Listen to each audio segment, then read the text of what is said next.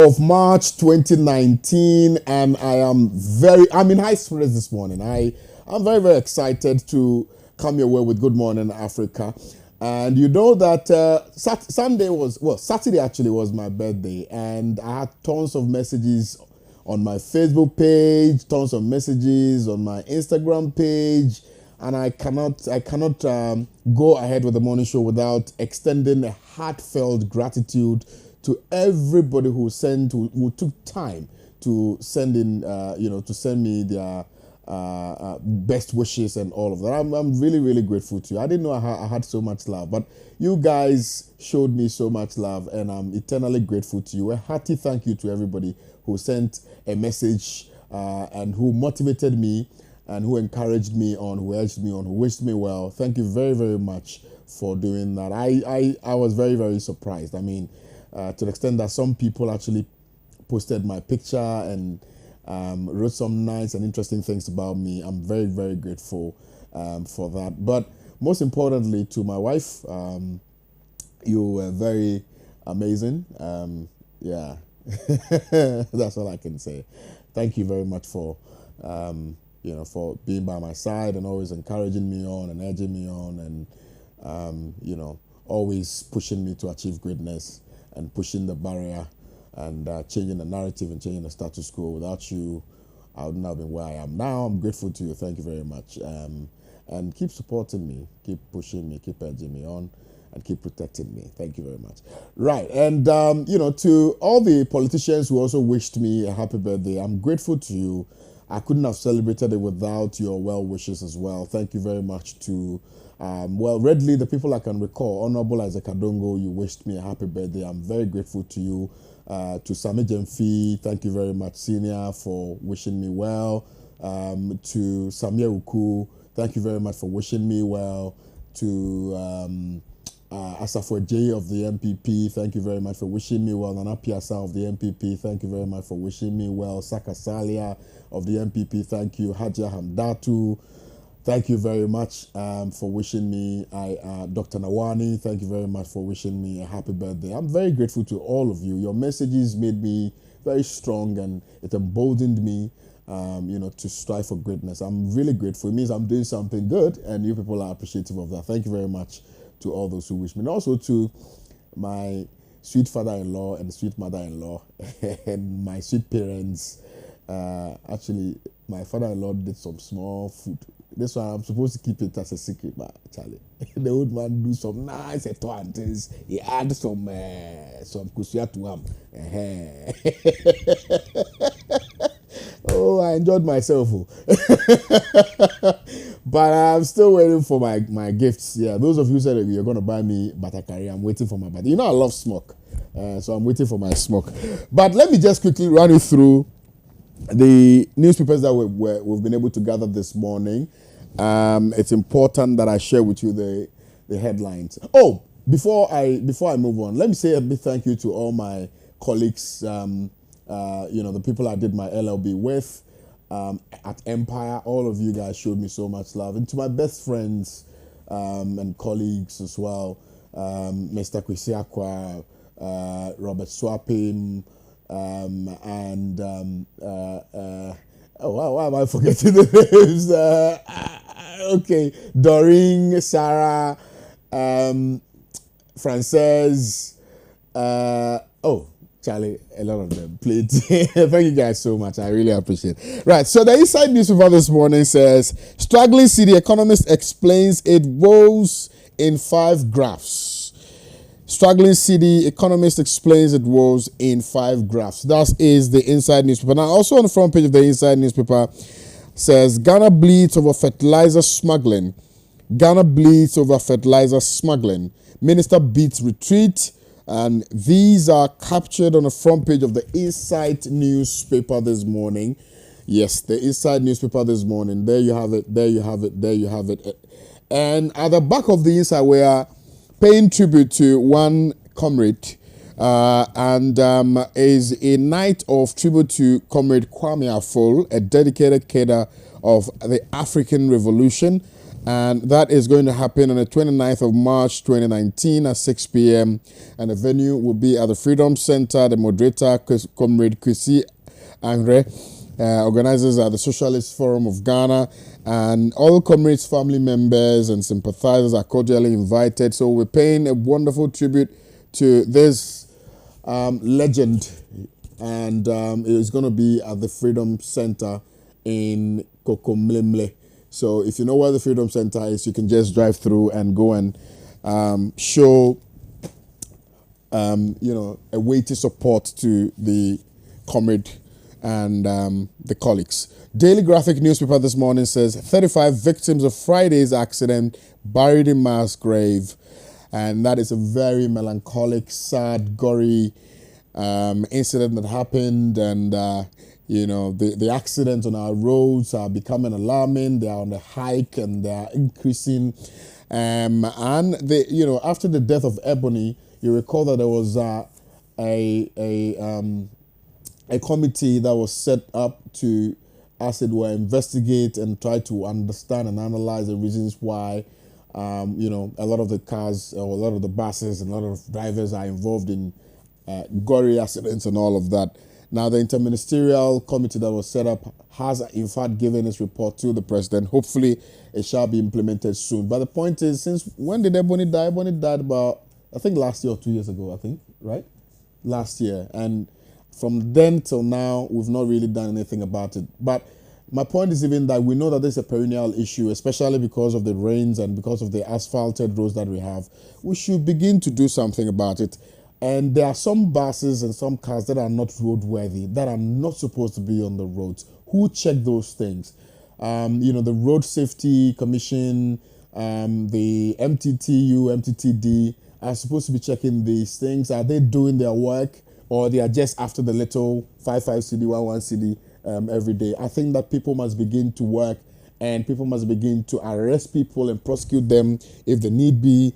So that we can sanitize the roads and we can get all these old buses and all these old vehicles off the roads. If you look at the Kintampo clash, you can immediately attest to the fact that the bus that actually got burned is the older Tata bus. And the old Tata bus only had one exit point.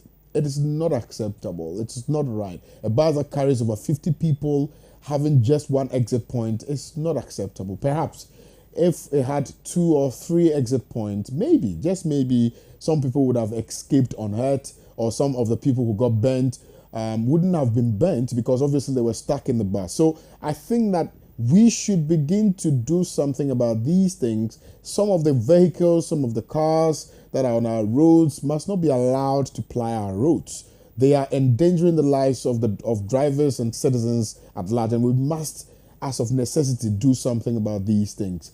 I always say that we can do things if we want to do them. We have the power. We can change the narrative if we want to change the narrative. So we need to clearly do something about all these happenings on our roads and the looming disasters that await us, because obviously there are several other buses that are not in good shape that are still plying our routes. And I don't know if you have also observed, most of the times when you pick some of these buses, they do not even have seat belts for the passengers, and for me it's unacceptable. And even the drivers don't even put on seat belts when you tell them it's a war. So I think that we must begin to instill some discipline in the drivers, some discipline in the passengers, some discipline on our roads, because I recall one time, I think in 2011, if my memory serves me right, I nearly got involved in an accident because I was driving to Cape Coast in the evening. I was, obviously in a hurry, but I was still very careful. And on my way, I got to a point where there was this truck, so that the articulator tracks, right, and it had no tail lights, and it was fuming. So like there was a lot of smoke, hovering around the tail. So I didn't see it. I didn't see it at all. And, it was a bit foggy as well. So Well, but for some whatever intervention, I don't know. I mean, I just got closer to the car and I had to just swerve to the other side. So imagine if there was a car coming from the other end, I would have been killed by now. So I think that we must, as of necessity, check some of these things, check the lights. And you see, the drivers and the car owners, please, it's not just about the money. Sometimes you must also service your cars. You must check the tires, you must check the engine oil, you must check the tail lights, you must check the brakes, you must check everything that carries the vehicle. It's just something small that holds the vehicle together. And we have to make sure we check all these things if we want to save lives, if we want to protect the lives of our brothers and sisters and family members. We have to do so. Because, and if you look at the statistics, and I'm sorry, I'm actually belaboring this argument, but if you look at the statistics, it does appear that the ages between about 30% or 20% of the people who have died from 1991 till date are between the ages of, let's say, 9 to 35. So that's in the youth bracket, and we cannot have the future of our youth or the future of this nation being lost to accidents. I don't think it's right, because those are the human resources that we're going to be needing going forward as a nation to be able to bring about the development and all that we're looking for. So please, I don't know. I don't like to mention the president's name. I don't like to always do that. I think that the sector minister in charge of roads, and all the other agencies and parastatal agencies, they must do their work to ensure that we sanitize it. People must be disciplined, and as much as we are placing the blame at the doorstep of government and leadership, I think that we also have a bigger responsibility as citizens to be very responsible on our roads. Some people are so reckless. They drive recklessly. They drive on the shoulders of the road. They have no respect for road signs. They have no respect for drivers. They have no respect for pedestrians. And it's terrible. You get to the zebra crossing, you have actually stopped for passengers, for pedestrians to cross. And then another driver is overtaking you. It doesn't augur well for our development. We don't always have to blame government for everything. We have to blame ourselves for our inability to sanitize the roads and our inability to ensure that, we do not engage ourselves in things that will lead to accidents. So please, let's do the right thing. All right. Amewu Katsot for Morning Park in Hohoi. Court joins AG to Unibank counterclaim. Lost bus stops turn to mini stations. And this all important story is one that I'm actually going to discuss, because if you have been following me on Facebook, you realize that I've actually been waging a war against people who sell on our roads, who sell on the shoulders of our roads, who have taken over the pedestrian, paths. I don't think. Look, why? Why do we do this to ourselves? Just look at this. Just look at this. Look, this is in. There's one in Tetekwashi. In fact, there's one that is developing now in Tetekwashi roundabout, the interchange. This one, I'm sure, is at 37. It's terrible. It's terrible how we have turned our roads to marketplaces. Why? If you went to the Tetekwashi, there's a bus stop in there somewhere. People sell on the literally on the street. On the pavement. It's not right. Why do we do this to ourselves? You go there, and when they come to sack you, you say, "Oh, me to about mouth 2020." Why do we do that? We're always holding people for ransom. We're always doing that. How do we develop as a nation if we continue to do things that will take us back like 50 years? No, in fact, as a matter of fact, back in the day, I'm told you couldn't have even done that. So why are we doing this now? I can agree and I can appreciate that we have a lot of hardship, there are no jobs, but it still doesn't preclude people from doing the right things. Let's do the right thing. Let's not sell on the street. It's dangerous.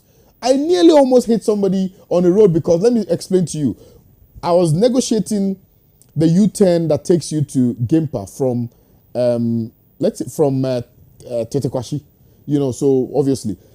And there was this gentleman who was selling to the people who were going to Legon, So obviously their light was red. Mine was also red. Now, when he sold his, and then he was trying to, I don't know how he did it, but when my turn green, I was moving, the guy just jumped in front of my car. I mean, if I had hit him, the car, meanwhile, the guy was not even looking. So I think that we have a lot of responsibilities as Ghanaians to do the right thing. We cannot develop if we continually do things that will retrogress the progress that we have made, in this country. Let's come on. Anyway, I am lamenting too much, I'm sure, but I'm sure somebody in his home would be like, but these things we must talk about them, Anyway, let's move on and look at the Punch newspaper this morning. I think my time is up for the newspaper review, but let's look at the Punch newspaper this morning. It says NDC to win 2020. Nuruddin Idrisu, hundreds bid farewell to lead down for Manche. Afenyama Kimpu's head on the line for Kennedy Japan over police officer assault. Afoko made efforts to stop MPP militia. This one says just 3 weeks and they are good to go. Will the anchor hold MPP trains more militias? Secret document reveals. Garu MP feeds pupils from constituency in I don't know in whatever. Sack case upon or lose 2020 says MCE. Now the New Crusading Guide newspaper says UENA balls as you tag GAUA want failed governing council dissolved. Government mourns accident victims. We are for work. Amewu touts MPP achievement. Artisanal millers get jobs. GNCB BLOA pays 1 million to NLA. Refutes Clark claims. These are captured on the front page of the New Crusading Guide. There you have it. Okay. Now, the Daily Heritage newspaper this morning says, Akufo-Addo Mahama mourned Kintampo accident victims. I'm sorry. Son apologizes to mother after threatening her with machete. Oh. Bojidi. Or how do they say it? Right. GCM hails EC for publishing political parties' account. Proprietor teacher punished for caning 9-old Nigerian for not doing homework. These are captured on the front page of the Daily Heritage newspaper this morning. Now, the Herald newspaper this morning says, Akufo-Addo government glorifies borrowing with expensive Kinki and Wachi party at Finance Ministry. Jihadist threatens Ghana and others. Military put on red alert. Wow. Coming up, Kevin Ocho lied about having $1 billion oil company in Ghana. And where's the next one, Seth? Swedro municipal guard in assault case arrested. Fantastic. Yes. Yeah, he must be jailed. Yes. He must be jailed. You can't just beat anybody like that. I think you want to be a law unto yourself. The Ghanaian Observer says 2020 MVP flag bearership. I won't contest Akufo-Addo Boache Jakom. I will not contest Akufo-Addo Boache Jakom. I beg your pardon. Buckingham University VC Lords Baumia. Akufo-Addo mourns Friday accident victims. Kennedy Japan and assault COP. Afenyo marketing intimates. Licensed private lotto operators support NLA. Over 1 million license fees are captured on the front page of the Ghanaian Observer. The Daily Dispatch newspaper this morning says over 90 persons perish in 2 separate accidents. Deputy Health Minister told you do not know your work. You can now subscribe. Okay. The English, the Jomia, we are the talk the things I want talk. Hey. Anyway, now the Almighty inside I think I've done already. And okay, I think I've done the Almighty inside newspaper already. But let's look at these two. Okay, well, so a few others here. Fantastic, right. So let's look at the Informal newspaper this morning. It says termination of $64 million Africa Integras contract. Iyoko report nails Aite and for insulting Ghanaians, for insulting nurses, Ghanaians blast minister called for his resignation. Let's stop the talks and work. Randy Abbey advises Legon Presec in turmoil over power struggle. Stay tuned. Right, so these are the headlines on the front page of the Informer newspaper. Now, this one is the Inquisitor newspaper this morning, and it says the cadres sets criteria. So who partners GM? We have Marita Brua, Pia Opon, Akwesi Opon Fosu, Akwesi Ahoy, Dr. Johnson Esiama, Dr. Kwesi Boche, Professor John Gachi, Professor Jenana Opoku Ajeman. Nana hailed for Ghana fourth appears country laurel, and tall workers not against board management. FC Titans, so that's Forestry Commission Titans crews on illegal activities as World Forest Day is observed. Now these, okay, so that's you have it here. There you have it. Okay. Now the Daily Guide newspaper says police get 3 helicopters, government foot bills of accident victims, KMA chases £400,000 sanitation prize, baby kidnapped in Takrady, and it's getting serious. Buckingham Varsity proud of Baumia. Ghana among top investment destinations in Africa. There you have it. Right. So, Gold Street businesses, government outlines priority programs for 2019, but ban on new employment remains in place. And a few others. Yes, these are the headlines. And finally, Ghanaian Times says treat vigilantes as criminals. President to police. 35 Kintampo Techiman accident victims given mass burial. Energy Minister pledges development for Hohoi Asi Castles for AstroTurf project. Ghana among RMB's 2019 top 10 investment destinations in Africa. Now, what has actually caught my interest has to do with what the president is saying about the vigilantes. And then again, I mean, which was it? So now I'm struggling to understand the definition of vigilantes again. So are we talking about the community police who are also seen as vigilantes, or we're talking about the political vigilantes? I think we have to clearly define the vigilantes that we are talking about. Maybe the president should now begin to use political vigilantes so that we know the type and kind of vigilantes we are referring to.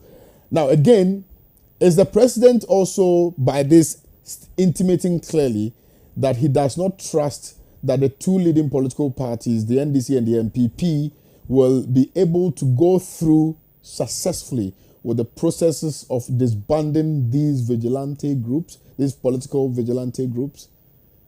Again, is the president also saying that when he said that if all conversations fail, he was going to invoke a legislation to make it criminal? Did he not know what he was talking about? So why is the president directing the police to define and see all these people as criminals? These are just a few questions that I want to ask. So I think that we should be very clear in our minds exactly what definition we're giving to these political vigilantes and how we want the issue addressed. The president can invoke a legislation, to be able to, stop people from engaging in such acts of political vigilantism. So I think that we need to really do something about it, as opposed to just the usual rhetorics without any attendant solutions whatsoever. I'm going for this quick commercial break. On my return, I'll have my panelists seated and we'll get into the substantive issues. You don't want to miss today's edition of Good Morning Africa. My name is Kwame Osu Danso, and this is your best morning show. Stay with me. Don't go nowhere. I'll be right back.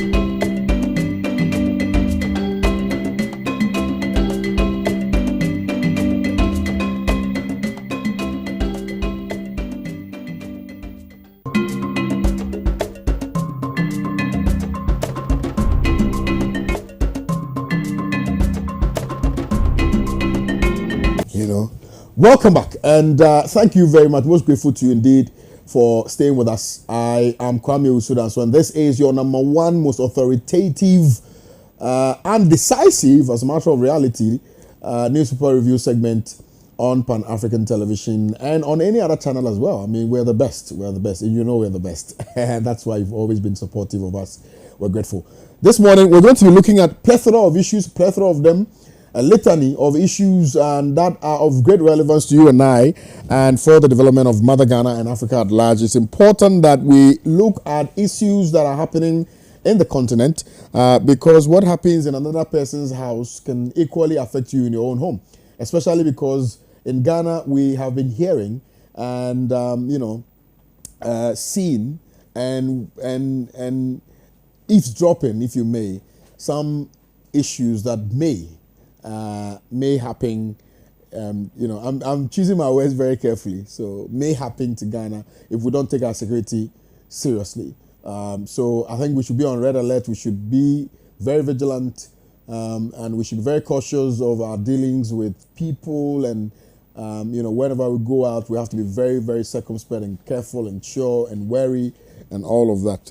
Mali attack, more than 130 Fulani villagers killed. And this is indeed very, very, very sad. Very, very sad. Very, very sad. We're going to be delving into that particular story. Now, what is rather very disturbing is the way, the mode, the manner, the how this gruesome act was perpetrated by these people. We'll definitely get into that. And I'll explain to you how they did that. It's really very gruesome. It was calculated.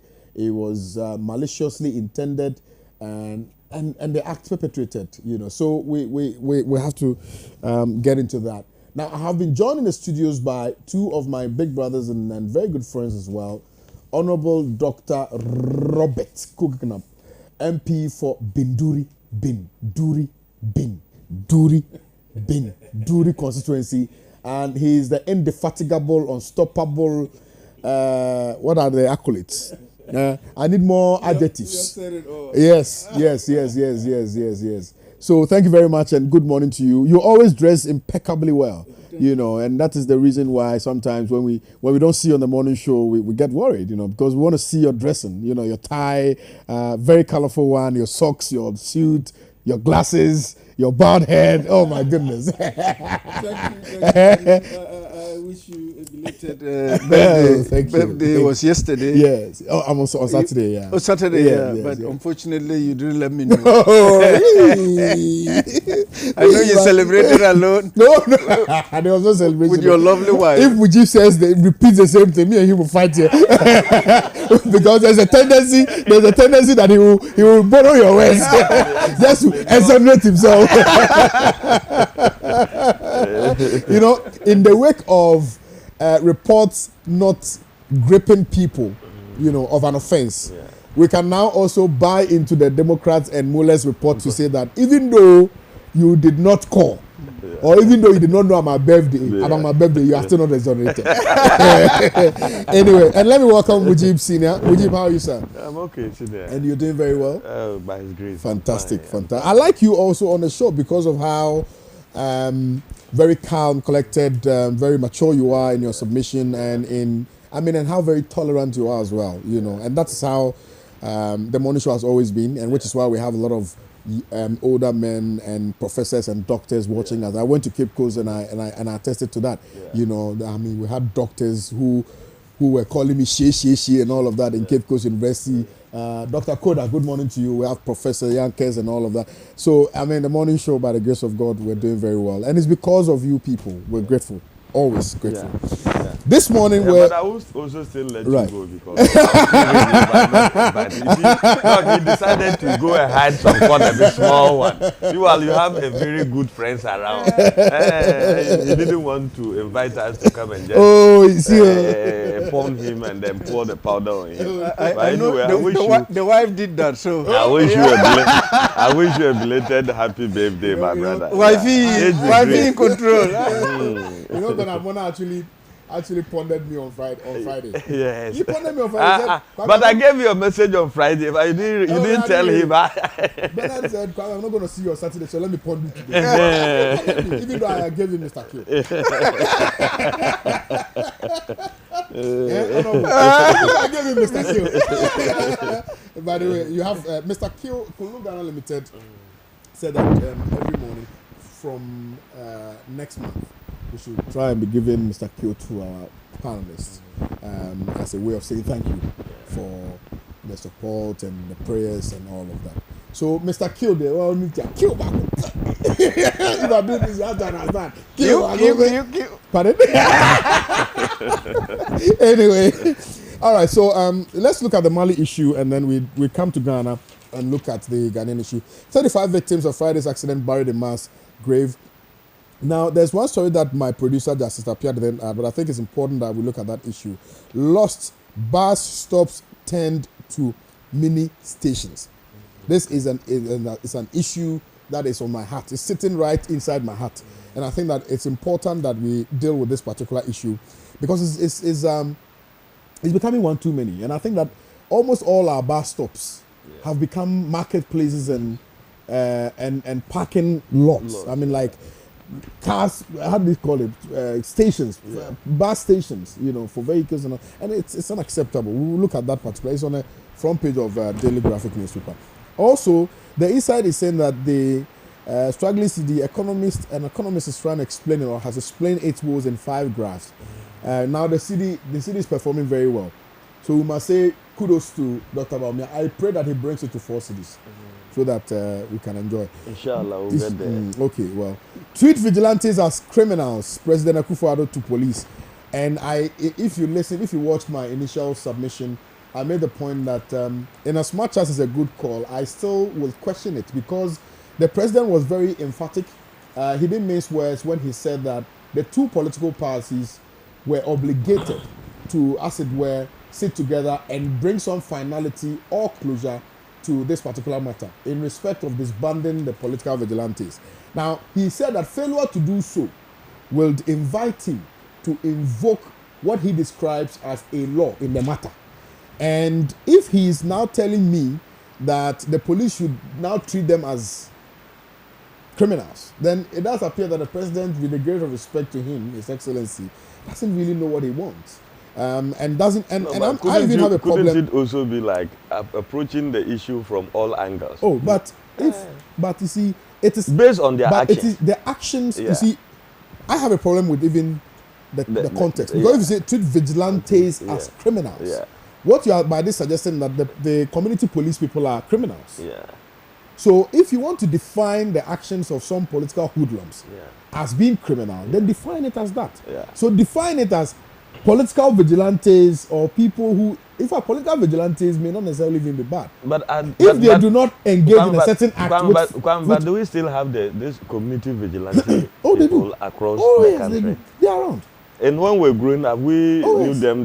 They called them volunteers and all those people. They were from community sections come together. As a matter of fact, if our laws were right in Rwanda, and I'm sure Doc could tell you, every single individual or every citizen is a vigilante. But I think this time, even at the point that, for instance, there was a time where my friends and I were walking from our school to town to go and have fun small, and then I mean, of course, the way we were walking about, they didn't know us, and so they suspected us. Of course. And I think about 2-3 minutes, we were met by the police. And they said, they had received a call that so every single body in Rwanda is, and they've been trained to. But I thought at a point we qualified them as this community police. Right. So let's move on. Ghanaian Times said, okay, well, I've done that. Wall Street Business, the government outlines priority programs for 2019, but ban on new employment remains in place.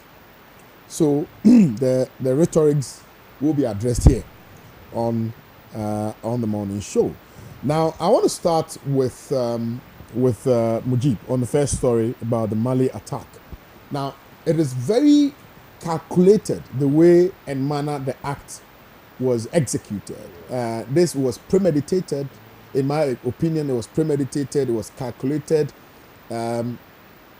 It was thought through very well before it was executed. Now, the reason why I'm giving all these descriptions stems from the very fact that if you look at how they surrounded the village at dawn, before attacking the people in their homes. Now, they targeted members of the Fulani ethnic community who are accused of having ties with jihadists. Now, the attack took place while United Nations ambassadors were in Mali to discuss increased violence. Now, the Security Council mission met Prime Minister Maiga to talk about the increased threat of jihadist fighters in central Mali.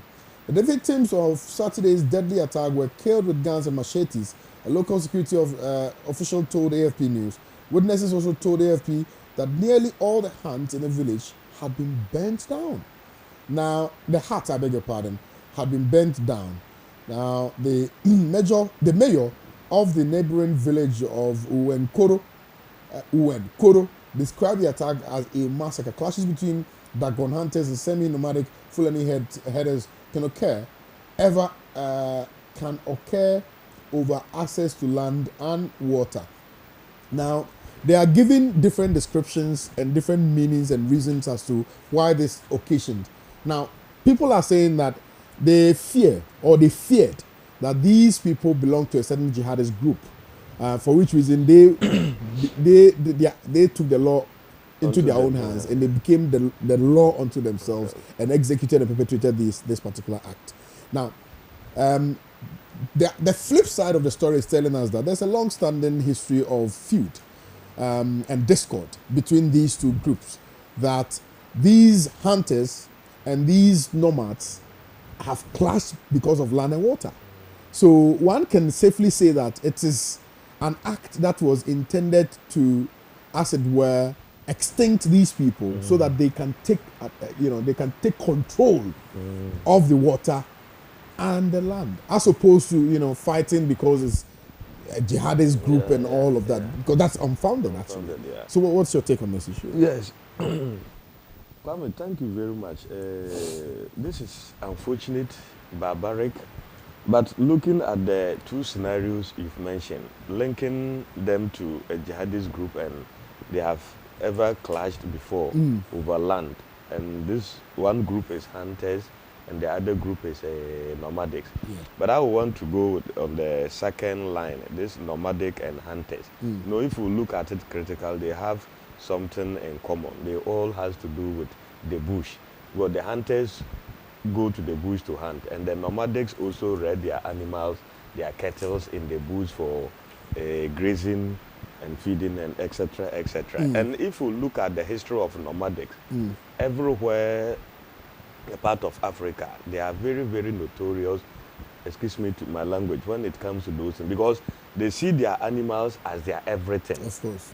And when they are going and they are grazing, your farmland, your whatever, if you want to prevent them or prevent the animals from grazing, then they come attack you. If you take places like Somalia, Ethiopia, thereabout, and you read the activities of these nomadics, you come to understand who they are and what they can do when it comes to their animals in terms of grazing in the bush. And the hunters' activities are also carried out in the bush, and maybe probably their animals could also be targeted by these hunters. So eventually, but by and large, whichever way you look at it, I think that it is unacceptable. And I believe that the perpetrators have taken Mali by surprise, and for that matter, specifically the security agencies of Mali by surprise. And let me tell you by your own description that it was pre-planned, organized well. They are smart, they are together. They know the time to strike and don't miss.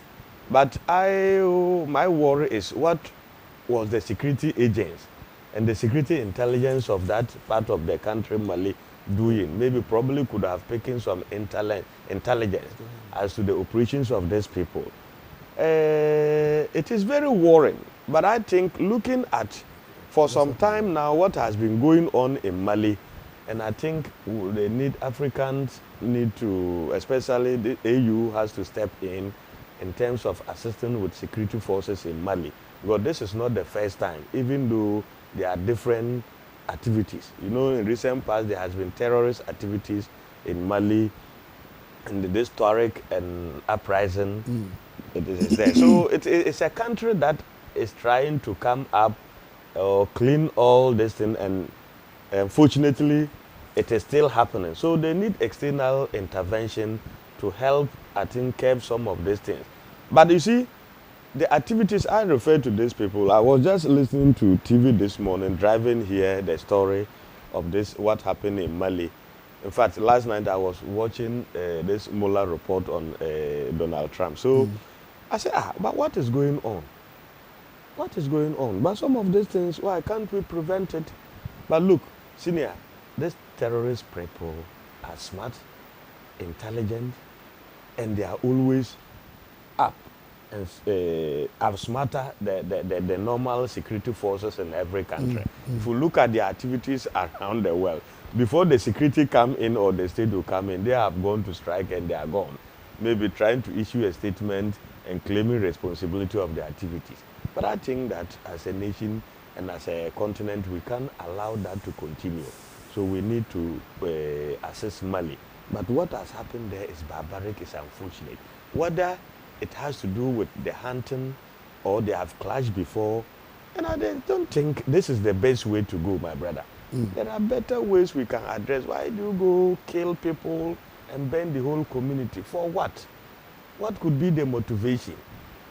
You see, but I am, to some extent, I'm not surprised because I've did a little history about these nomadic people. And even in our own backyard here, we have been seeing some small issues of this, the Fulani herdsmen and the activities in the bush. Maybe it's not encouraging, but I think it's not the best. It's not the best, but it has happened. What do we need to do as a people? And I will encourage the people of Mali to also rise up and say, okay, enough is enough. This thing, like issues like this will never reoccur again. And then put measures in place to counter, and put their intelligence security should also be up and doing. I mean, the danger is that we've had governments and we've had people who are supposed to do something about these menacing acts of both the Fulanis and some of these people, but they've not really done it. In fact, even in terms Ghana, of mediation, and addressing the issue and drawing the final curtain on the matter. Even in Ghana, we experience that is the attitude of, I don't want Kwame, don't push me this morning to let me push you, some areas I wouldn't want to go, because that is the attitude of the African. They will only sit down, they will sit down until it escalates. Or it happened now, they will come. I hope you are getting the argument. Now, since Friday, we have been discussing, as a nation, we have been discussing these two separate accidents that claim over 90 lives. Kwame, and if you recall, in your studio here, I did complain that 62 years in our life, we should be boasting of dual carriage roads connecting the major cities together. I said it here emphatically. And when the incident happened, the same, I think, was it on Friday, I listened to your sister station Asempa, and I listened to Honorable Asedun Katia. He admitted, but his worry was that no government can get money to construct dual carriage roads across the length and breadth of this country, especially connecting the major roads. That is true, but at least we must start somewhere. For instance, Kumasi Accra, Takoradi Accra, it's a major road that we can't dispute it. And if while driving here, the security agencies tried to catalog the number of accidents since 1992 on the 91. Cape Coast 91 on the Obuasi Accra road. And it's very fascinating and very shocking. And authorities are not doing anything about it. And Kwame, I must be sincere with you as a young politician. Anytime I'm traveling on that road, because I have two of my best friends that lost their lives on that road. Wow. They were schooling at the University of Cape Coast. We will get to the road accident issues. So I think that the authorities in Mali, especially the peacekeeping and the mediators, ought to sit up. Now they see where the angle is going. If they don't, I think we don't pray for it, but it may happen again. Thank you, Mujiba. If you just tuned in, you're watching the news reviews again here on Pan-African Television, and it's Good Morning Africa. Now, let me move to Honorable Dr. Robert Kugagnam to also hear his take on this issue. I'm sure you've listened to your colleague, and he's looked at it from a different angle. What's your angle? No, it's an honorable man, so. My angle would be bringing it back home. Okay. Last week, 6 Fulani robbers. Robbers? Yes. Raided Atoba, a very prosperous farming community in my constituency. Wow. This is not the first time. The last time they did it was last year, somewhere, I think, November, December, in the evening, and shot the vice chairman of the NDC. Fortunately, he still has life. This time last week, they came in the morning, 8 a.m. to the Atuba, caused mayhem. Fortunately, the other group of vigilantes, community vigilantes, traced them. The police joined in. They went to another town called Song in Garu area, did their robbery. People identified them. Then they moved to their own community, which is called Denok. Changed, and now we're going for Friday prayers. And so, 2 were arrested. 6 Fulanis, I'm not saying this to demonize a particular tribe, but I am just trying to make the linkage and how disturbances in our neighboring countries can allow these nomadics to move into peace-loving communities and cause havoc. This is unacceptable. Peace-loving farming community raided by the same group of people because people saw them twice. I mean, how can we allowed this to happen in our country with impunity? How? We have a very good police commander in Boku, Tetega, excellent policeman. Today, this morning, they are doing some identification parade for some others that they have arrested. I'm hoping that those who are going to identify these robbers, that will give them maximum protection, because people are now afraid to be informants. Yeah. You will give the information and you become a target. I'm hoping that the police will give maximum protection. There's supposed to be a witness protection program, so that these people are able to do it and do it with confidence. Because I'm saying this because the man who was attacked, I called him yesterday.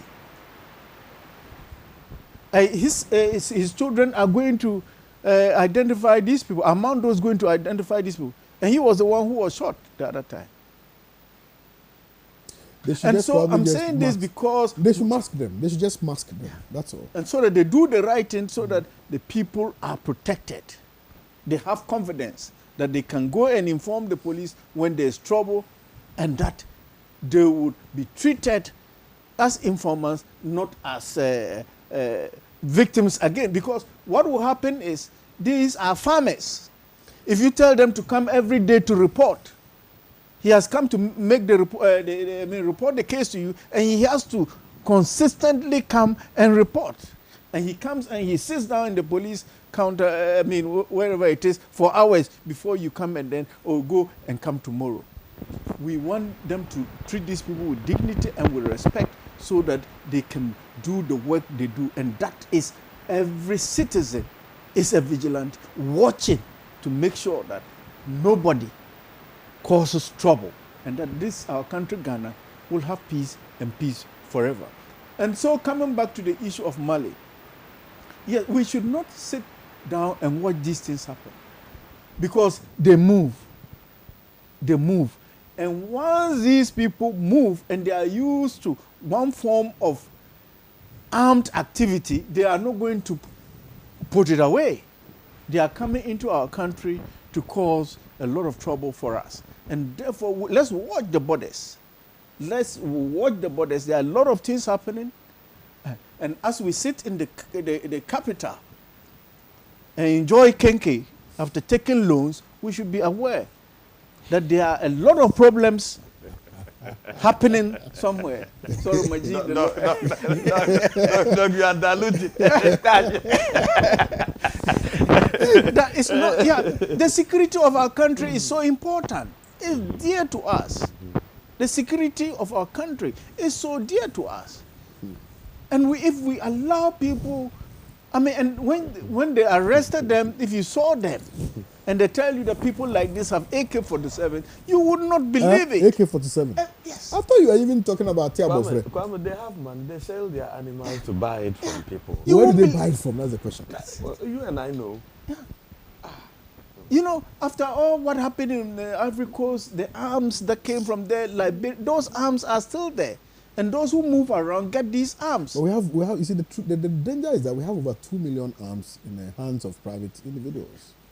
2 million. That's what statistics is telling us. And so when we don't curb some of these violence before the mushroom, we would get a big problem in our hands. Very well. And I hope that this case, we don't want Atoba to suffer again. This is a prosperous community in my constituency. It is a community we are looking up to because they are the bread basket, because they are on the White Volta, and that land is so fertile, and they grow, and people come from all over the country to go there to buy grains. We want that market to thrive so that we can have better development for our people. Thank you so much, sir. Now, there's something that I've decided to be doing on the morning show. Even though we do not have certain specific issues slated for discussion, I think it's important to draw the attention of viewers about some of these matters. The first question I'm asking today is, where is Namwan? Anyway, let's move on. Now, so where's Namwan? The other issue that I want us to be looking at has to do with the rampant hiking rate of accidents we have in this country. It's rather very disturbing. We've lost so many people. We've lost so many lives. There are several others that perhaps we've not even heard of. But when the numbers are huge, that is when a lot of spotlight is thrown on these matters. Now, if you take out malaria, the next thing that kills people is road accidents. Many more people. And this one doesn't even respect age. I'm not laughing at the acts. The accidents. I'm just laughing about the fact that we as a nation have always been sitting aloof, unconcerned, and leaving some of these things to happen. And when it happens, then we come out with reports and interministerial and what report. And now, you see, the fundamental issues that we have in the nation are things that are so glaring, that are even staring us in the faces. And yet we always want to set up committees to deal with matters. When Ebony's issue happened, I recall that the president came and spoke very eloquently and said that we're going to set up an interministerial committee to address the issue of road accidents and all of that. And yet it happened again, this time in a much more deadlier, gruesome form. Large scale. So why are we not doing something? And I'm coming to you, Honorable. Why are we not doing something about these road accidents? We're losing the youth, the productive age to road accidents. How do we help address these matters? First, it was our roads. We fixed roads. Well, not all of them, but at least we fixed the roads. Then we're getting accidents. People are dying. People are, Yeah, basically, it is enforcement of the law. We do not enforce the laws of the country. And when there are issues of this nature, the commissions of inquiries and all those things, they don't help us. They don't help us. We have to tackle matters squarely. You see where this marksman, marksmen you see where this course has degenerated into? That was a specific problem we had to deal with, rather than talking about vigilantes. Were they vigilantes? We are told they were national security. And so let's deal with the matter, whether national security can hold arms and be walking all over the place. That is what the situation is. Now, these road accidents, again, we would have a commission or something. Now, people have been maimed forever. But like Julius Caesar said, when beggars die, there are no comets seen. People, look, one fellow from my constituency, he lost the father last week. He went to Accra and he was coming back. He was part of the accident. A young guy who had just... Which yes. one? That's it, the Kintampo one? Kintampo one. Ooh. He lost the father. He himself is gone. A young man. And a Greek extension both of officer. them, like in the bus? No, the father died a week ago. They had a funeral. He went for the funeral?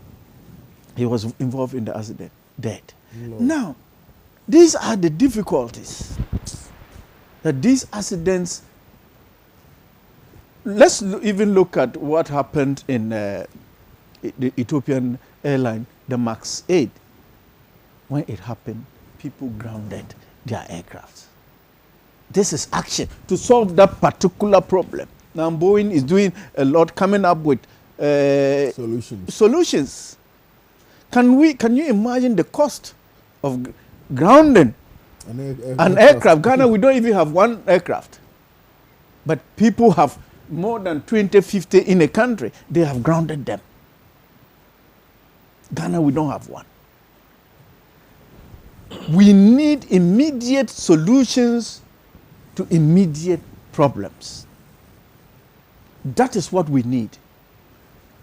The drivers, by now we should know what was the hours that the driver was driving on each of those buses. When was the last time he did that trip? The vehicles, how roadworthy were they? Are they? We need to know all these things. This is what our investigation should be based on. The nature of the road. What happened? Now, what we end up doing is to add everything. All accidents that has happened in Ghana, we add them up and come up with solutions we cannot implement. Specific issues must be dealt with specifically. The Kintampo accident that involved these two buses, let's look at it. And people must be stationed there, right in the accident scene, and then giving us the report of what happened.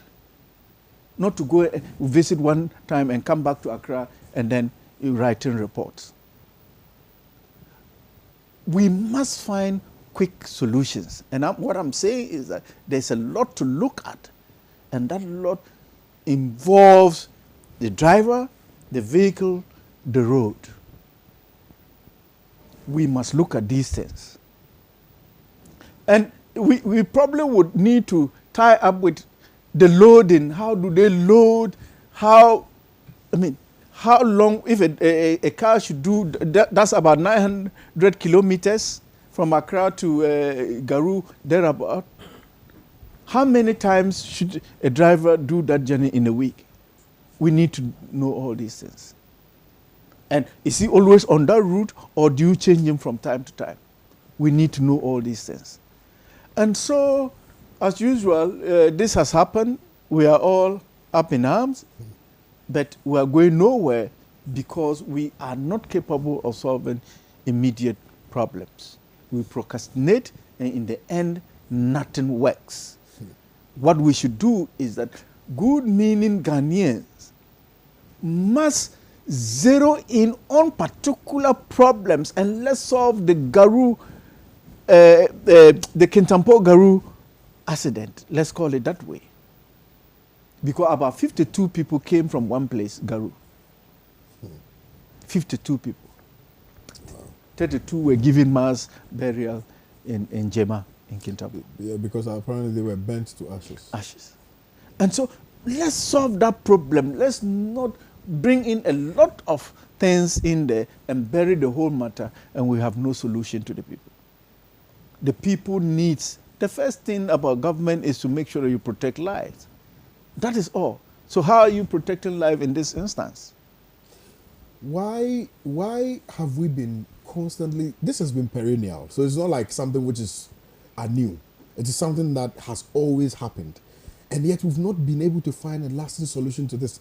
Honorable, let's try and expand the argument. Look at the cars, the vehicles we have on our roads. Look at the quality of drivers we have. I'm sure you have lived, it's not I'm sure, you've lived in the UK.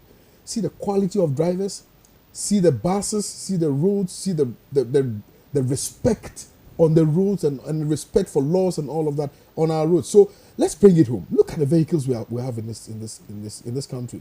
I mean, the trotros that we have, they're all metals, such that even if the car hits something which is even very mild, because of how bad and how metallic the vehicle is, you can just even get a scratch, or it can So let's look at the vehicles that we have and how we can deal with that issue. Yeah, you see. People think that if when you overload, you make money. But when you overload, you are destroying your car in a very short time. Because these cars are supposed to have seat belts. But because of overloading, the seat belts are not there. They remove it. And they put, create more seats in the middle. These are the same buses, Marco Polo buses you see in Europe and in China. But when you are in there, you wear a seatbelt. If people at least had seatbelts, the survival would have been better than it is now. And so one of the problems is overloading. And so when you overload the vehicles, you break down the vehicles in no time, and the vehicles become not roadworthy. Again, do police check them on the road? They don't check them. Before they get to the barrier where they are supposed to be checked, his hand is out. One time. He puts his hand there and the policeman collects something and lets him go. You are not checking what he's carrying, whether he's roadworthy. And if the police stops you, at least it gives you some time to, relax a bit before you continue your journey. But if the police doesn't stop you, you just get there and then you pull out your hand and then you dip something in his pocket and you are gone. What happens? That is what we see. And if you are on the main road, we do it often. You would see that when he comes, you meet him in the barrier, he comes in there and you have to give him way, and the policeman is standing there and collect it. So later on, when he sees that maybe your sticker has some this thing on it, then he is surprised. So it's a tripartite solution. So the police, the drivers, and then the sector ministry, isn't it? Yes, but citizens must. And the citizens. Yeah, because the sector ministry is not working, so we have to work. I am. It's surprised. not working. So let's take charge of our lives. How do we get some of these vehicles off our roads? You see, and I get surprised, and I feel like how we are managing the transportation sector in Ghana is really bad, because it's a sector that we can make so much money from. You understand? We can make so much money. I mean, even in the UK, to use central London, you have to pay toll. You have to pay a certain fee. So people hardly ever drive there. So there are so many ways we can make money from this particular sector, but we've just left it in the hands of private individuals, who are obviously taking advantage of the system, and how we are not particularly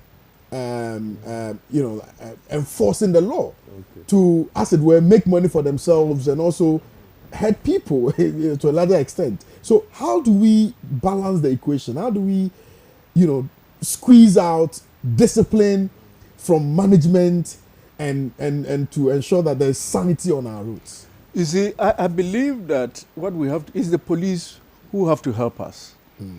We must begin to pay the police very, very well. we must pay them very, very well and make them professional and recruit people who are, who know what they have to do, who know responsibility, and train them properly so that they do their work. You see, if the policeman is paid well, I don't think he would go and collect 1 cedi, 2 cedis. Listen, look, how many 2 cedis will you collect in a day? The single spine really is doing some wonders for the police. You see, and you see, Honorable, you have also literally lived in Rwanda for a bit. Yeah. Look, you know how much the police in Rwanda, they are not paid like that of Ghana. But you know. But if the cost of living in Rwanda is low. Well, he knows. It's not that low. Yeah. But the point is that, the point I'm actually trying to establish. Oh, I've lived there for 6 months. I know. Okay. But the point I'm actually saying is that, I'm trying to establish is that, for us to establish is that, if a policeman stops you in Rwanda, oh, hallelujah, you cannot even move an inch from where he stopped. No. You have to stop. Yeah. They have that's speed, how do they call it? The thing that checks the speed. Is this speedometer or I don't know how they call it. The speed, whatever. Gauge. Yeah. Gauge. The speed they have it. You understand? So, and it is a matter of law that there are some areas that you cannot exceed the speed limit. It's a matter of law. Once you do that, the camera captures you. The next moment, you are sent a message. You have to pay. Spot fine. So it is about the enforcement of the law and making sure that people who are directly involved and engaged, to ensure that we sanitize our roads, are effectively working and are being entooled to do so. Do we have the tools? Yes, we do. But why is it that continuously we're experiencing some of these things that we're experiencing? It's the indiscipline. Look, in Rwanda, how do we check that? It's not possible for a minister to get somebody recruited into police. Oh, no. It's not possible. And you see, but here, it is possible. So your loyalty is not to the service, but it's to the one who put you in the police service. And so that is the problem. You must be loyal to the state. And so if me and you, we go and queue, and then we qualify, and they look at us and give us the job on merit, we will do our best for Mother Ghana. Okay? But if we go and I sweat to get in there, and you just come even after the selection is done, you come through the back door, and then you are even my boss now. You are even my boss when I know very well that you are not better than me anyway. Yes, I mean, but some minister has brought you there, and then you are made my senior. You give me command, I go to the roadside, I'll collect my money. Okay. And that is the problem. Right. But even if I collect the money, look, human beings are by nature greedy and selfish. Insatiable. Yes. So even if I collect it, arrest me and let me face the law. Why is the police quick to arrest those people and BNI or something have collected, them into their cells? Those 2 guys who beat up the policeman. I think the policeman should have also been arrested, because as a peace officer, you don't throw blows. When you see the situation is milky like that, you withdraw. When you know that you have power to arrest, you withdraw and arrange for the guys to be arrested. Why? You all threw blows at each other. Why is it that the policeman is walking? So this is just a bit mood. You see, this is unfortunate. Why? I can't understand that you who is trained.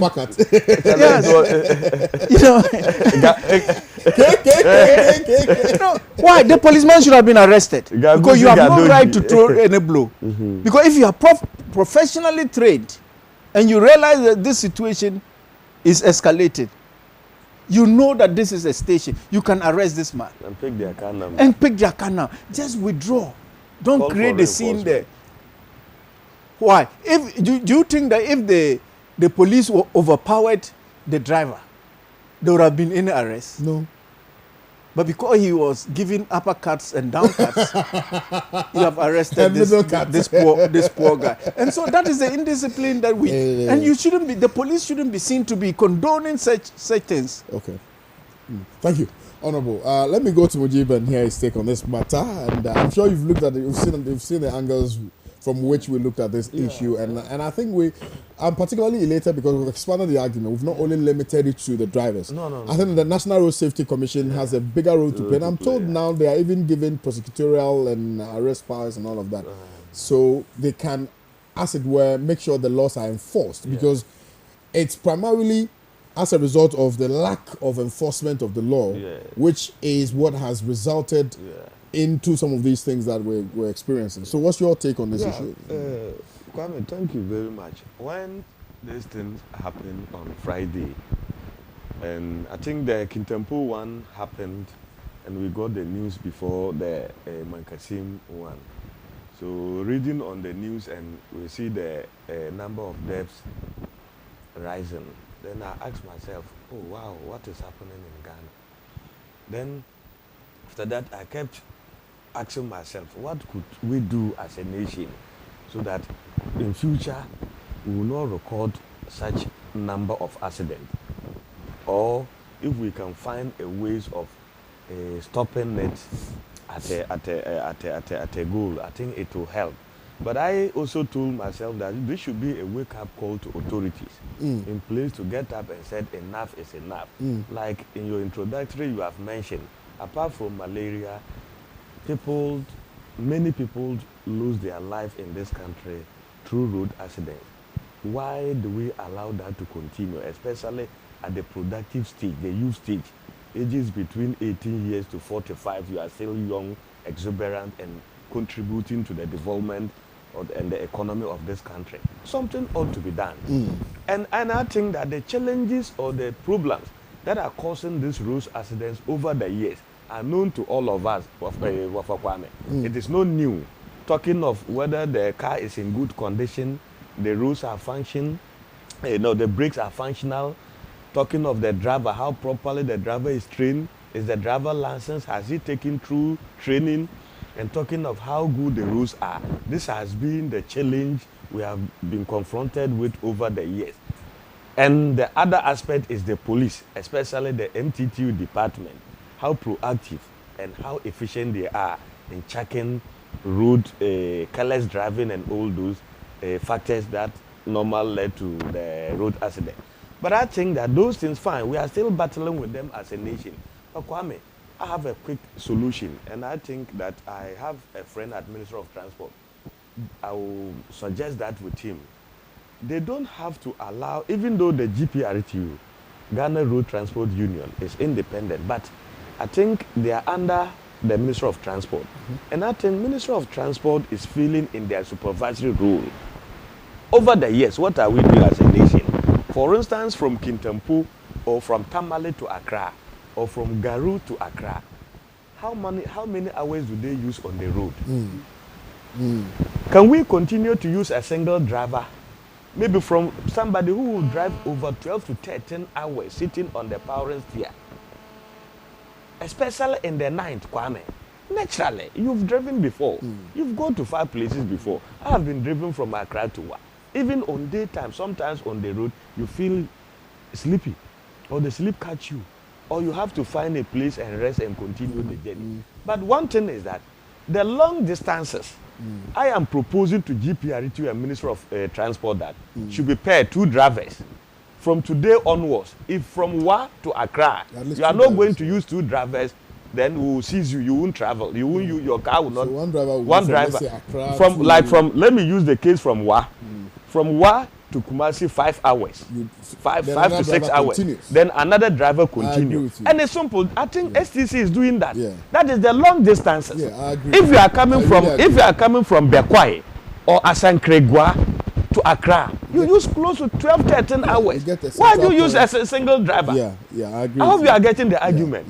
Fine, and that is number one. And secondly, I think that the police service, the MTTU department, is not doing the people of this country good. Because as they have been recording the number of accidents and giving us the statistics, but they don't normally give us the times that these accidents happen. If we are recording many accidents in the night, let's change the rules. Then those drivers should plan morning and afternoon. Example, in my area, in Wa, the bus leaves Wa at 4 p.m. Drive by 1 o'clock, you are in Kumasi. You only stop in Kumasi maybe some 15 minutes to refuel the car. And from the 15 minutes, the driver takes off, not stopping till the bus gets to Accra. You get the point. So normally, this accident, and for the roads, I will come there. So why don't we, instead of the night we are recording the accident, why don't you do it in the morning and in the afternoon? Because the logic is that, Ghana, we are middle and then we are a developing country. And most of the people are poor and average. So the only means of transport, the majority, 80% of the people use in this country is transport. The domestic air flights, Kwame, how many people can afford them? I hope you are getting the argument. So normally, much effort should be given to the road transport to make sure that, at least as I'm going to board a bus from Accra to Wa, I am safe. I shouldn't be contemplating that maybe I might lose my life. I hope you are getting the argument. So that is number one. If we can get the pair drivers, and I think it will help.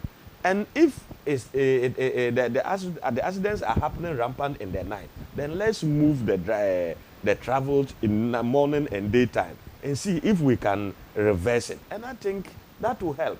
And Kwame, yes, I don't know whether you have ever traveled from Tamale, Bolga to Wa by these buses, or from Wa, Kumasi, Accra by these buses in the night. Sometimes when you are there, you see the road is like this. And it's only the paint line that is dividing the road. So you kept, as somebody who also know how to drive, kept asking yourself, the driver is a human being like me.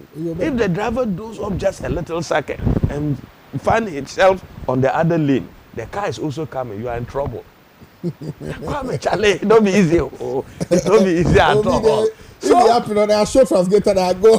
Charlie, could not go there. Charlie, could not go there. Charlie, could not go. Charlie, it be terrible. Charlie, and so I think Ministry of Transport, GPRTU, Ghana Police Service ought to do something about the long distances. And the long distances I don't think there are many. Maybe these places I've mentioned, from the northern part to the southern part, and from the western, the Takoradi area, and we can control this. You just have to issue instructions to the VVIP, the OA buses, the Metro Mass, the STC buses, and say henceforth, those traveling more than 10 hours, you have to have 2 drivers. And make sure you enforce that law. And Kwame, I tell you, that alone will save us. I agree. But our politicians too. Look, you start from somewhere. Kwame, 62 years, the major towns in this country. Is it Kwame Nkrumah, Ghana? We still cannot boast of a nice 4-year dual carry from Accra to Kumasi. So that Kwame, when you know you have put your last year and you get your seat belt across, then you are going, you are not facing anything. This one is going on the opposite direction. Honorable, what is happening in this country? So the western region, that is the food basket. Now we have discovered oil long before the cocoa, the timber. You can't tell me we can't do it as a nation. Others have done it.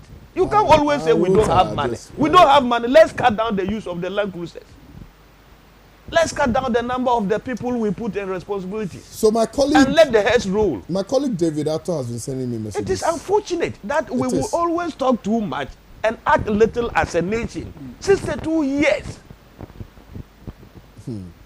Okay, right. So and even the worst part of it is that because of the traffic on these major roads, it is retarding productivity. Yeah. Well, economic is slowed down. How many hours do you need from Takoradi to Accra? Okay, well, so my colleague David Atto has some contribution to make, and he's saying that the mandate lies with the National Road Safety Commission. The challenge before was the line of power or the chain of powers between the NRSC and the Transport Ministry. Now, with prosecutorial powers, all the solution lies with the NRSC. So only pray. I pray. I pray that they will act now. I think we need to create a hashtag at Panafrican Television. After the morning show, I'll do that. Kwame, quick hashtag one. Yeah. Road Safety Commission act now. Yes. And so quick one too. And there should be a stopovers, honorable. Like, I don't know, now, if you are from Garu. Hold on. Yeah. My big brother Timothy, I won't train. You have to stop somewhere. My big brother Timothy, Atabwade, I won't train, former MP for Brusa North, has sent me a message. He said, is the motorway not a dual carriage road? The motorway is a dual carriage. But don't you have accidents on the motorway? No, but how rampant is the accident? And that is it. You can't So compare. If we want to go into the the deep analysis, you will be defeated. Yes, Yes, okay. we Right. have, but Let's, the rate. Okay. Have you ever heard of a collusion on the motorway? No. Anyway, let me. Well, I see about the coalition. Yeah. Let me because it's dual, so It's dual, so there's not 2 years. So you maybe pothole can lead to or breakdown vehicle can lead to accident. But at least there will be tail collision. Anyway, you see them, but you can see collusion happening. Let's move on. Let's move on. Yes. Now, the other issue that I want to discuss before we look at what my personal interest on the front page of the Daily Graph, it has to do with what has been captured on the front page of the Inside Newspaper. Struggling City, The Economist explains it was in 5 graphs.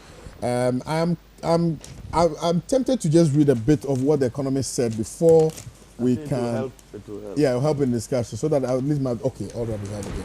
Now, the economist Dr. Nimoy Thompson has painstakingly analyzed the challenges confronting the country's city, culminating in its continuous free fall over the years. Using graphs to explain his study and viewpoints, Dr. Thompson does not only highlight areas of concern but examines the causes of the crisis for its implications for growth, among others. This is a full text. Now, here's my take on the plunging city. It's okay. The causes, implications for growth, blah blah blah. Note that most of the graphs start from 2008 to 2009 and end in 2018 because it is a period with the most consistent data. It has nothing to do with political periodization. A view of a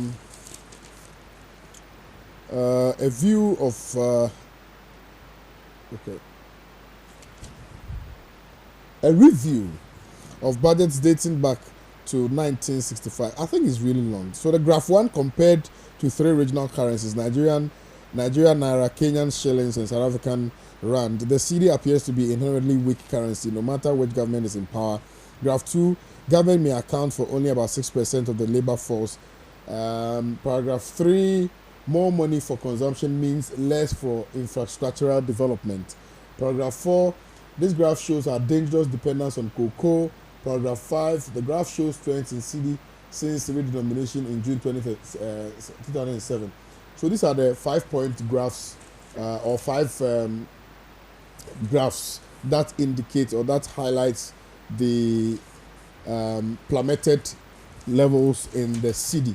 I think that it's clear. I mean, import dependence, over reliance on cocoa, the issue with oil, and the fact that we've not been able to generate revenue from it. And even if we do, the money is channeled into something else. And the fact that it talks about the fact that all the money that we get, okay, it is rather for consumption as opposed to infrastructure development, which will have a corresponding effect positively, for that matter, in development. So I think that is important that we address this. So I'm sure you have been following trends, Honorable. No. Let me start with you because I started with you on the other one. Kwame, I think before I come to, let me just do a small on that. I think the road is very important, especially with this. I think refreshingly, cabinet has released 1 billion Ghana cedi for road sign and this thing, and you know it's also very important. Hold on, Timothy is asking you that. Yeah. Is SCC not using the same rules without attending problems? Yes. How come they hardly experience consistent? That is why I said he should find out. They are using 2 drivers, the long distances.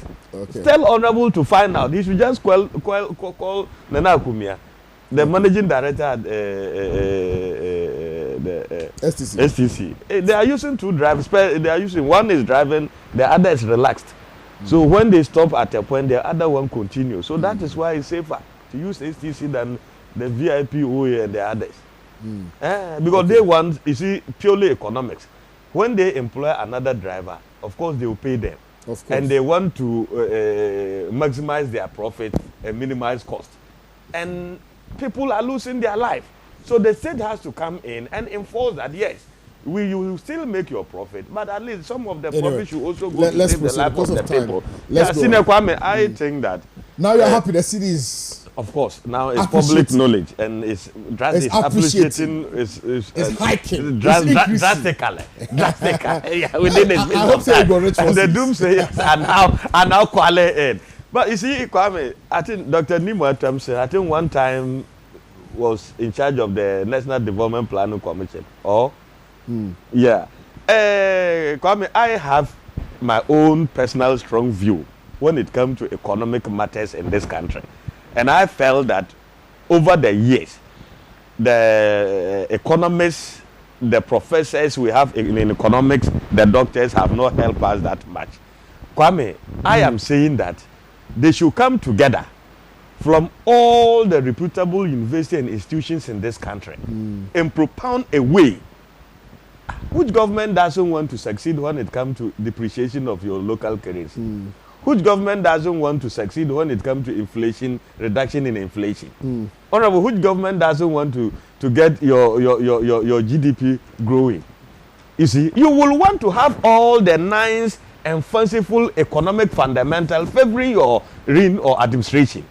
So they should propound a theory or a solution to these perennial issues that we've been experiencing and said this is the way to go.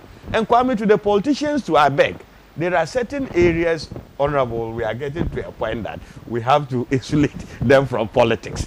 I hope you are getting the argument. At least we can say, okay, look at all these nice theories he has put on paper. We can achieve them in a very short period of time. But we can say, okay, we agreed, these are the genuines, the doctors, the professors have come together and said this is the way forward. 10, 15 years down the line, let's follow this path. And it doesn't matter which government is in power. Kwame, you see, we are toying with the future of this country. And Kwame, we are toying with the progress of this nation. And we are toying with the future of the youth and women in this country.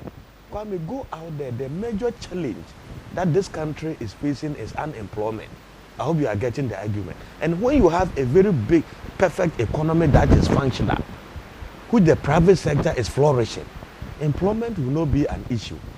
But why are we not getting there over the period of time? You see the point? But I think that some of the critical sectors of this economy, the policies governing them should transcend more than the 4 years, Doc. Should transcend more than the 4 years, especially when it comes to economic issues. It should transform. So that we should have the laws, we should have them in place. Today is MPP that has formed government under the leadership of Nana Addo Dankwa Akufo-Addo. He is forced to follow that tangent because if Ghana is better, all of us will be better. Tomorrow, I don't see it, but if it's the other way around, they're also forced to toe that line. Doc, how many years since 1996 we have played oil politics up to today? We are still playing. Do we control the crude oil price on the world market? We have discovered oil. What position have we found ourselves? The cartel, the OPEC group is there. Do we belong there? We belong there, but we are a minority group. So you don't control a price of something that you don't have absolute control over. Kwame, I hope you are getting the argument. Yeah. But when it comes to economic issues in terms of inflation and all those things, and I think as a nation, we have to sat back and said, no, this path we are leading, this path we are following, where are we? Where will that path lead us to, Kwame? Will we get to the promised land? If no, why don't we chart on a very different path altogether? Mind you, the Shidi is now coming, regaining its strength. But based on the same very economics and the small economics we have done, that is temporary. And as a nation, how are we going to sustain it? The sustainability aspect is the problem. That is where the import dependent has to be checked. And we can use within 4 years to construct in the factories and industries in this country, such that we will continue to eat our own products, we will continue to wear our own products, we will continue 50 to 60% of everything we consume should be made in Ghana. And that should be a deliberate effort within a period of time to achieve. Kwame, I watched, it's not Venezuela or, I've forgotten the country, sewing of their own dresses. It's locally.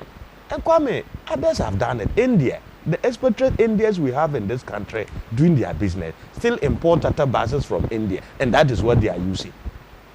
If you have India friends, ask them.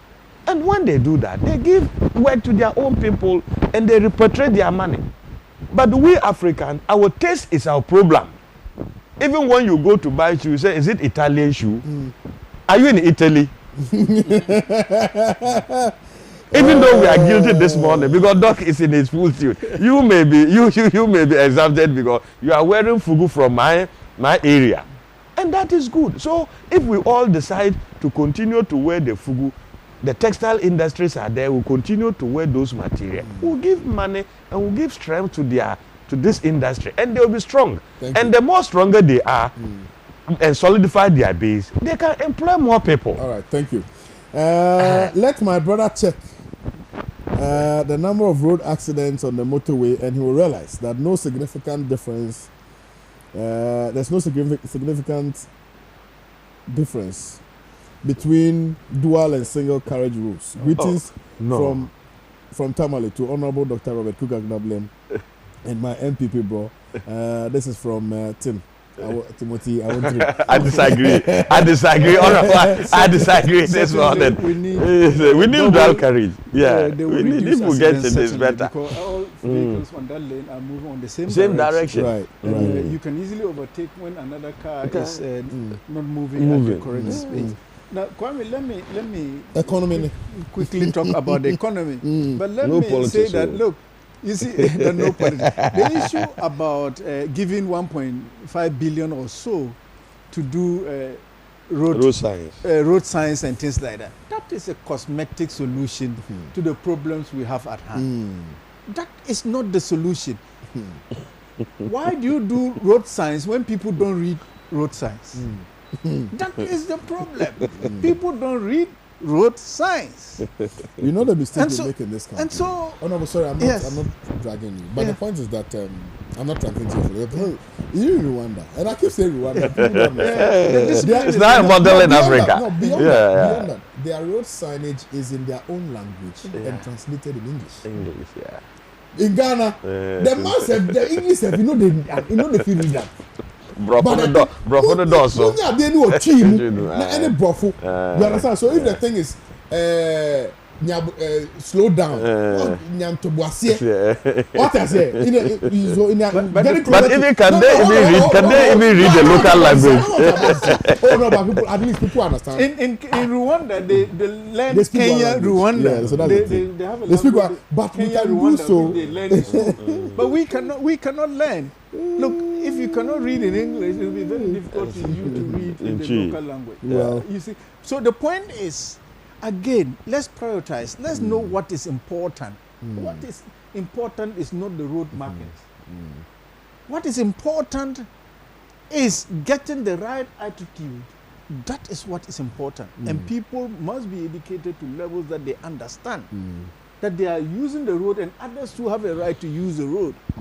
And that you have to respect other people on the road. Right. If we get people to understand and get the police to enforce the law, we will not have problems. Right. Coming down to this economy business, I mean, my brother made a point which I want to strongly back. The issue of development plans. We must come to a point whereby we all have to agree that this is our 20-year development plan, this is our 40-year development plan.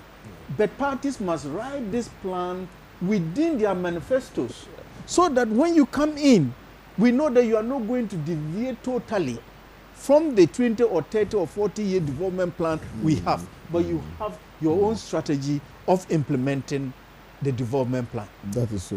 And so manifestos now must not just be what your party think would do, but what you would do in relation to what the whole country think that you should do. Otherwise, if a government A does a 20-year development plan and government B comes in, it will throw it away. Right. No matter what. And we'll move forward. But let's come to at least some consensus that this is what we want. In our 40-year development plan, we don't have a cathedral there. And therefore, any government that comes will not build a cathedral. Full stop. There's no cathedral in the 40-year development plan. And that is what we must go by. Otherwise, we will have this confused planning that will not work. You said the city is doing well. This is just one day show. Oh, but it's doing well. It's doing well because we pumped in $800 million. Regardless, it's still doing well. How is it doing well? But if you, I mean, it's so you pumped in money there. You but pumped that in money. It's part of solution. Now, where is that? Do we spend dollars here? We don't spend dollars here, so the dollars will go back to where they came. Listen, we don't spend dollars. We don't generate dollars. When the thing is depreciating, we complain. So when it's appreciating to just tap our back small, dog. So now dollar they quickly, they run too much. So the little savings you have put in the bank for your future, the future of your children, you go and then pick that money and put it in your pocket and roam around saying you are a rich man. We are a guy. Do you know? That is some inheritance money you have put down so that tomorrow your children will inherit something. It's like when you are executing a project for somebody. You go take the money, then you put for your pocket. Then you go call on them. I'll make money. Let's go and chill. On the day of executing the project, if there you go see your smoothness, the money is gone, and that is the problem. We borrowed 800 million, right? And then we are excited and eating kenke after going to borrow more. Who ate kenke? There was a kenke organized at the Ministry of Finance, kenke party, working hours. Working hours. That is the indiscipline. Kenke party. Celebrating the hat trick. The hat trick. This you are saying this kind of Suarez hat trick. I thought that's Ronaldo hat trick. Suarez. Is it true? I'm telling you, there was a kenke party to celebrate what they call the hat trick. The CD is recent. We have secured the Eurobond, and then the IMF. I mean, this is a joke. It's a country of jokers, because even the one who sanctioned working hours, the Ghana government is paying you to work, and you are using those hours to eat kenke. What is that? And we are all happy. Look, within the offices. Look, is it the eating you disagree or because they were eating kinky? Like if you told that like you're not talking. Anyway, let me just read a few of our messages. Because when you have party, we all accuse Kwame of not inviting us to his birthday party. And as some people have some small party, they decided to eat cake. And it becomes a political talk. Let me read a few of the messages. What is even the importance of insurance on our vehicles? When accidents happen, they bring their tape measure, the thing, and conclude. The message is incomplete. Please resend it. KO, the police should be well equipped, especially gadgets for checking over speeding. They have that thing. An excessive alcohol intake. Please, KO, kindly give me your number from Mohammed in Tamale. Make I give Mohammed, they give my number right now. Maybe my birthday, but I carry the cup. Oh, that's it. No, they go. Hey, they don't get airtime for only WhatsApp. So you send me WhatsApp message. Make I give you. Okay, right. Let's move on. This one says, what I think the problem is that they should now be using two drivers per bus, which may reduce stress from the drivers. Safian from Tamale Balshe. I hope I got it right. This one says, do we really care about the life of the citizens of Ghana? In fact, we are not safe. As far as our politicians are concerned, what happened to our fowl? I don't know. Akbe, Elijah is my name from Adidomi. Hey, Adidomi, Elijah. Me too, my name be Elijah. I get English name, Elijah. Yes. So you're my brother. Yes. Good morning, Icon KOD and your guest. It's obviously regrettable to Ghanaian electorates for voting NPP to power in 2016 general elections based on just one of gimmicks. You continue to say that the level of bogus wisdom is obviously like unskilled strategy of a hunter who uses one bullet in his gun to shoot and expect to kill two birds pegged on two different branches. Automatically, the result of such invalid option of wisdom is just undeniably a total failure of bogus set of objectives. Alidu in Daboya sent in this one. This one says, good morning to you. The MPP now know that we don't play politics with CDA. When the economic fundamentals are weak, you cannot arrest the city. Greetings to my boss, Dr. Jasal, the incoming parliamentary candidate for Wa East NDC, Mashood Bawa from Bulinga. Bullying. Please, let's plead to President to reduce the number of his ministers. Hey, and the man they bought. Mr. Host, if the city is doing well, what is the price of cement? Yao in Pong. This one says there are other small cars that travel to very far places, and it seems they mostly are not checked and regulated. STC, which is supposed to be a state transport, does not travel to some areas of Ghana due to bad roads, they claim. So how can we be safe? You did not add your name and where you sent it from. We don't need an interchange in Tamale now, but wider and tarred roads. Example, 4 lanes and 6 lanes roads. From airports to the main taxi rank to Nampala, etc. And to Kumbungu. Nathaniel sent in this one. Good morning, beautiful discussion, but hope that after 1 week we don't forget regrettably, and it appears nothing has ever happened. Clement Yendi, I agree with you. That's why I asked the question, where is number 1? Tell Mr. Mujib, you mean, that his friend Inwa wants his contact to talk to him after the program. But which of his friends? He has so many friends in Wa. Which one? Do you want to put your number out?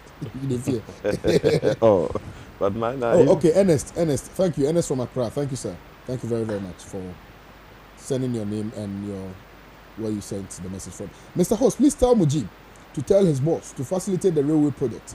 It will go a long way to reduce road accidents, but boost economic development. Ali from Kumasi sent in this one. This one says, dual carriage is the only way to go. Ofe, Trifo, Praso. This one also says, good morning to you, Mr. Moderator and your panelists. My name is KOD or Kwame. I think that overloading is one of the key problems to our road accidents, especially from Techiman to Wa. Most stations overload their cars and you dare not talk. Thanks, Matthias. Let me tell you this story about me when I was in KNUST. So I used to live in a village called Achimasafo, and then I was going to school. So, mostly the car doesn't directly take you from Achimasafo to Kumasi. So you get to Konongo, and then you continue from Konongo to Kumasi. So I got to Konongo, and then I wanted to now join the bus from the minivan from Konongo to Kumasi. Then, I was happy. I went to sit. Mostly I sit at the back seat, the window side. And then I went to sit. Ideally, you're supposed to take 3 at the back. I'm sure you know. So I was sitting there, then somebody came to sit by me. Then another person came to sit by me. I'm like, oh, they are cool. So then they brought another person to come and sit by me. And I told the guy that, but I thought the thing is supposed to take 3. The man said 4. I said, what do you mean by that? I paid my money. Then the man brought out screwdriver. Said that, he said, boss, I'm 5. Anyway, this matter. Hey! And the guy, when I even said that he went and he bought pure water. This mate, I said, you are the one who is attending the university. You want a better life. Me, my life is already spoiled too. If I spoil your eye, me, I don't have a problem. You have a problem. Oh, Ghana. You are lucky he didn't try the uppercuts. Hey, no, I can't fight. Good morning to you, Mr. Moderator. So I think that overloading is one of the key problems, especially Techiman. I think Matthias from Techiman, I've read your message, sir. Al-Hassan 119 says, good morning to you, KOD, and your panelists, especially Mr. Mujib, for his wonderful submission this morning. The people of Wa are proud of you. This one also says, it's from AU Farouk in Tamale. Good morning to you. To me, the solution to the carnage on our highways is government to intensify public education on drivers, the need to drive safely or to construct double lanes on the major highways. AU Farouk, Now this one says, hey, that's it. This one says, wow, KOD, you look good this morning. By the way, tell Nanado that the unemployed graduates are still hungry. NAPCO February allowance is not yet in. We dey wait. Hi, the big men that do not think anymore about the people they are living in Ghana. Dela Ho. Thank you. Good morning, KOD. Please, let me use your platform to share my condolences to the families of those who had a car accident and lost their lives. Thank you so much for your message. Yes, and of course, our heartfelt condolences to the families as well. According to Mr. President, he made many promises and he is delivering. My question is, what specific promise has he made?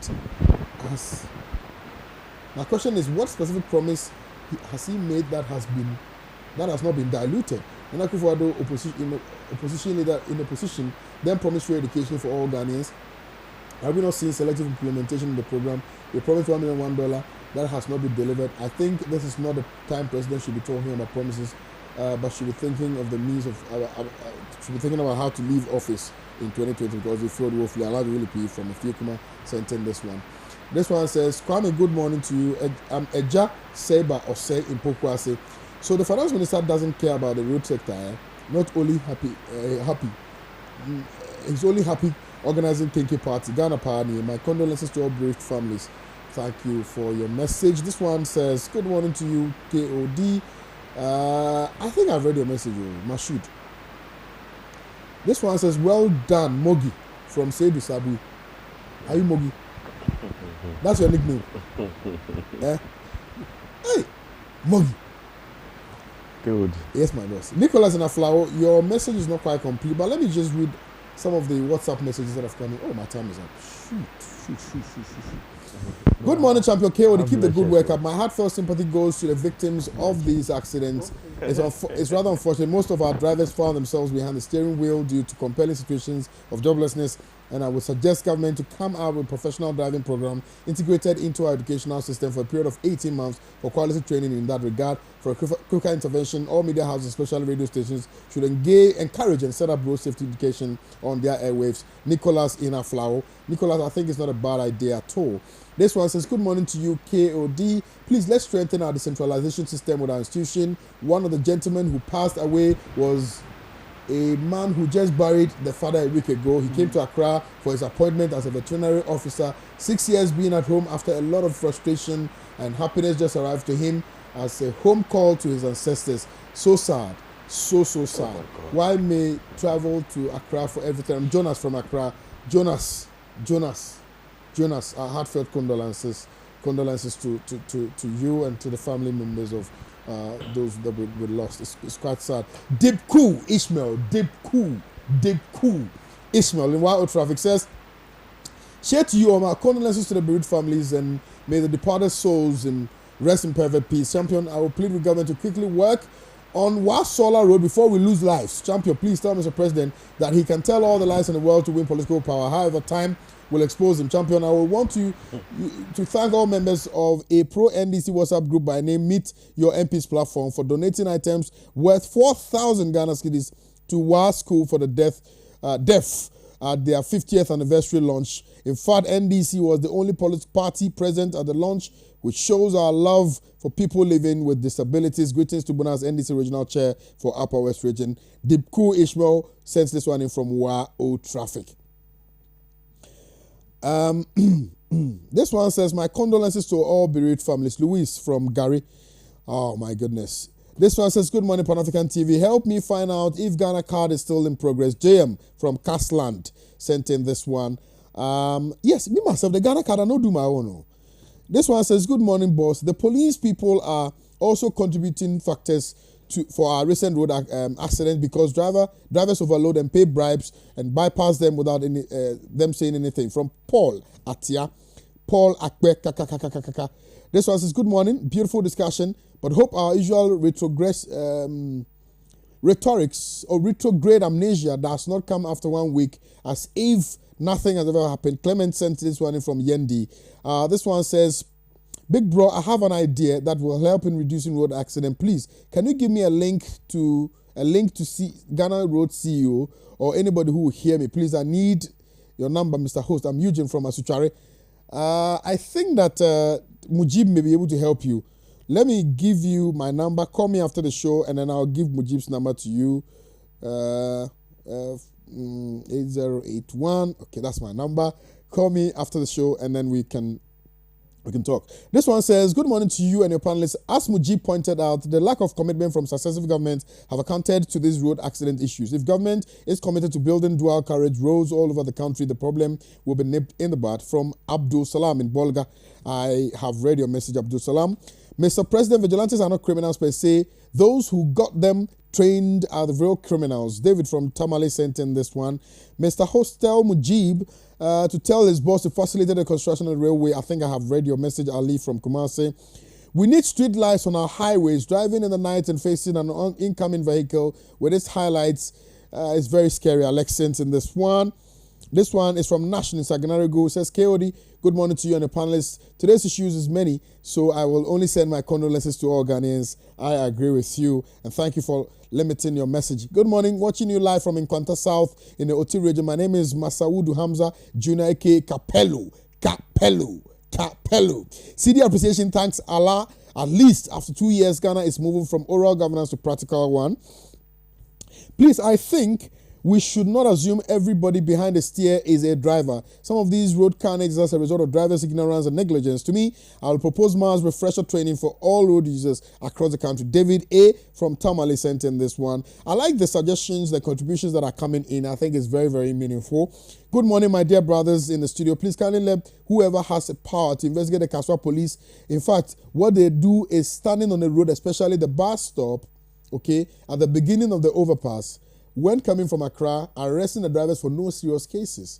Whenever a driver is arrested, one of the police officers quickly get into a car and ask the driver of the car to drive him to their station. And when they get there, the police asks the driver to go and pay 50 Ghana cedis before he will be allowed to move his car. In fact, they can sometimes arrest 100 cars. Those drivers who have money are allowed to leave, and those who cannot afford will be left there waiting desperately. This one sent in the message from Malam without his name, and I'm sure he has a reason for that. Good morning, Champion KOD. Today I see Ghanaians on the program, not politicians. In fact, I love the way they speak about the problems of the country. Fantastically patriotic. This one is from Frank in Tardi. Oh my goodness. Good morning, Pan-African Television. This number of people losing their lives, and the government still went ahead. Oh, it's okay to have their Kenke party. What kind of government is this? Zakus from Techiman. Right. I mean, look, Emilia in Asawasi says, whilst your people are suffering in getting social amenities, while some people are suffering in insecurity in Tripoli and other places, the government has chosen to celebrate borrowing. What an incompetent government ever. Greetings to all social democrats. Okay. K. Kusina Joseph Bisiasa says, have our roads now become killing fields per Mohammed's assertion? This defies class 1 English language. All right. Okay.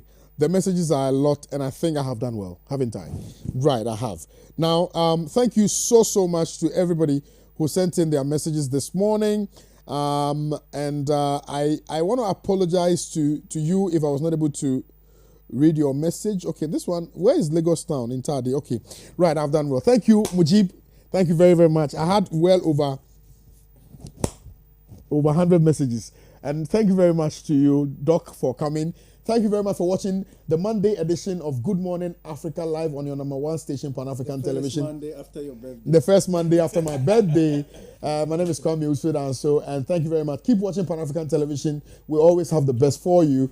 And make sure you go out there and make Ghana a better place. You have the responsibility, you have a role to play. I also have a role to play. Let's all together with one accord, with one front, one united front, with a one arrow front, fight and bring about development to our dear nation, Ghana. My name remains Kwame Osu Danso, so you can call me Champion KOD. I will respond straight to you. Do have a very fantastically bombastic day. God bless.